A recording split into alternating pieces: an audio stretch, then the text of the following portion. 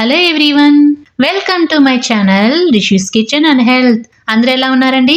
బాగున్నారా? బీ పిండితో చేసే బూరెలు మన అందరికీ తెలుసు కదా. మరి వెరైటీగా ఎప్పుడైనా అటుకులతో బూరెల్ని ట్రై చేశారా? అవేం బూరెలు అంటారా? అవునండి, ఈరోజు మనం అటుకులతోటి సాఫ్ట్ అండ్ టేస్టీగా ఉండే అటుకుల బూరెల్ని ఈరోజు మనం తయారు చేసుకోబోతున్నాము. ముందుగా ఒక మిక్సీ జార్లోకి 1 కప్పు అటుకులు తీసుకోవాలి. మీకు నచ్చిన అటుకులు ఏవైనా తీసుకోవచ్చండి. ఈ అటుకుల్ని బరకగా మిక్సీ పట్టుకోవాలండి. కన్సిస్టెన్సీ అనేది ఈ విధంగా రావాలి. ఇలా మిక్సీ పట్టుకున్న అటుకుల్ని పక్కన పెట్టుకోవాలి. ఒక ప్యాన్లోకి తురుముకున్న బెల్లం 1 కప్పు వేసుకొని, ఈ బెల్లం మునిగేంత వరకు నీళ్లు పోసుకొని స్టవ్ వెలిగించుకొని, స్టవ్ పైన ఈ ప్యాన్ పెట్టుకొని మీడియం ఫ్లేమ్లో బెల్లాన్ని కరిగించుకోవాలి. మీరు కనుక మా ఛానల్ని ఫస్ట్ టైం చూస్తున్నట్లయితే please subscribe my channel and మీ వంతు సపోర్ట్ని మన ఛానల్కి తప్పకుండా ఇవ్వండి. ఇలా బెల్లాన్ని కరిగించుకున్న తర్వాత స్టవ్ ఆఫ్ చేసుకొని ఒక గిన్నె పెట్టుకొని ఈ బెల్లం పాకాన్ని ఫిల్టర్ చేసుకోవాలండి. ఇలా నలకలు వస్తాయి కదా, అవి మనం బూరెలు తినేటప్పుడు పంటికి తగులుతూ ఉంటాయి. మనం ఫిల్టర్ చేసుకుంటే ఈ నలకలు కూడా రాకుండా ఉంటాయి. ఇప్పుడు మళ్ళీ స్టవ్ వెలిగించుకొని ప్యాన్ పెట్టుకొని దాంట్లోకి బెల్లం పాకాన్ని పోసుకొని మనం కోర్స్గా గ్రైండ్ చేసుకున్న అటుకుల మిశ్రమాన్ని కూడా ఈ పాకంలో వేసుకొని ఉండలు కట్టకుండా ఇలా నాన్ స్టాప్గా కలుపుకుంటూ 1 నిమిషం పాటు ఇలా ఉడకనివ్వాలి. ఇది ఉడికిన తర్వాత 3 టేబుల్ స్పూన్ల గోధుమ పిండి, 1 టీ స్పూన్ యాలకుల పొడి, 2 టీ స్పూన్ల నెయ్యి వేసుకొని లో ఫ్లేమ్లో ఈ మొత్తం ఉండలు అనేవి కట్టకుండా ఒక 2 నిమిషాల పాటు గడ్డితోటి బాగా తిప్పుకుంటూ ఉండాలి. మనం ఇక్కడ గోధుమ పిండి వేసుకున్నాం కనుక ఒక 2 నిమిషాల పాటు ఉడకనిస్తే సరిపోతుంది.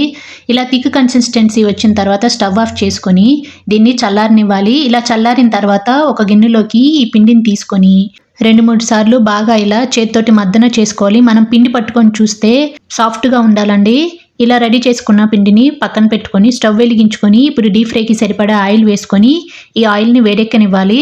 అంతలోపు మనం చేతికి ఆయిల్ అప్లై చేసుకొని కొద్దిగా పిండి తీసుకొని బాల్స్లా చేసుకొని మధ్యలోకి ఇలా చేతితోటి ప్రెస్ చేసి బూరెల్లా చేసుకోవాలి. ఇలా రెడీ చేసి పెట్టుకున్న బూరెల్ని ఒక ప్లేట్లోకి తీసుకోవాలి.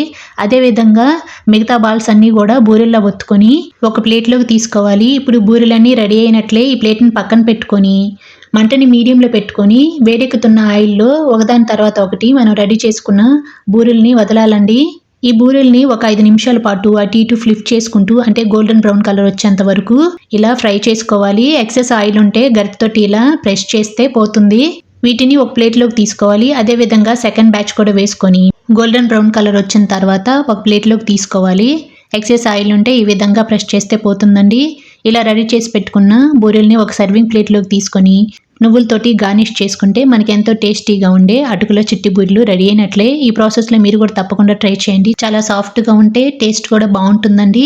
వీటిని ఒక వారం రోజుల పాటు మనం స్టోర్ చేసుకోవచ్చు. అంతేనండి. మా వీడియో కనుక మీకు నచ్చినట్లయితే లైక్ చేయండి, మీ ఫ్రెండ్స్కి రిలేటివ్స్కి షేర్ చేయండి, కామెంట్ చేయండి, సబ్స్క్రైబ్ చేయండి. Thanks for watching.